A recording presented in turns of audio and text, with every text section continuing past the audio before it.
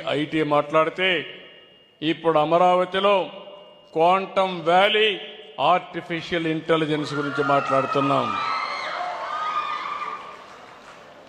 ఇలాంటి సమయంలో ఒక మంచి అవకాశాలు వచ్చే ఈ సమయంలో ఎక్కడికక్కడ మనం చూస్తే ఇలాంటి గంజాయి అదే మాదిరిగా డ్రగ్స్ మీద పోరాడే పరిస్థితి వస్తూ ఉందంటే బాధేస్తుంది నాకు.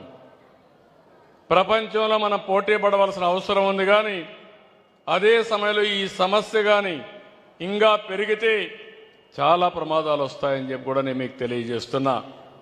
అందుకే ఈ సంవత్సరం నేను ప్రత్యేకంగా వచ్చాను. దీనికి ఒక కేబినెట్ సబ్ కమిటీ ఉంది, అధికార యంత్రాంగం పనిచేస్తున్నారు. మళ్ళీ నేను కూడా వచ్చి ఈ మెసేజ్ ఇస్తున్నా.